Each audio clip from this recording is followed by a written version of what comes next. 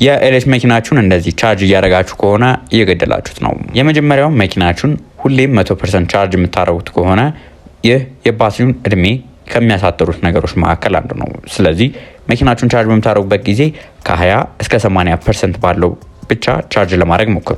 ሌላኛው ደግሞ ዲሲ ፋስት ቻርጀር የምትጠቀሙ ከሆነ ነው። ዲሲ ፋስት ቻርጀር በየጊዜው የምትጠቀሙ ከሆነ ይህ የባትሪ ሙቀቱን ስለሚጨምረው የባትሪው እድሜ እንዲያጥር ከሚያደርጉት ነገሮች መካከል ሌላኛው ነው።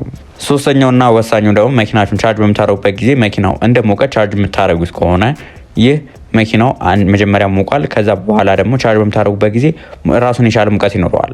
ስለዚህ ይህ ባትሪያችሁን ሊጎዳባችሁ ስለሚችል መኪናችሁን አምታችሁ አቁማችሁት ሚኒማም 5 ደቂቃ ወይ 10 ደቂቃ ጠብቃችሁ ከዛ በኋላ ነው ቻርጅ ማድረግ ያለባችሁ።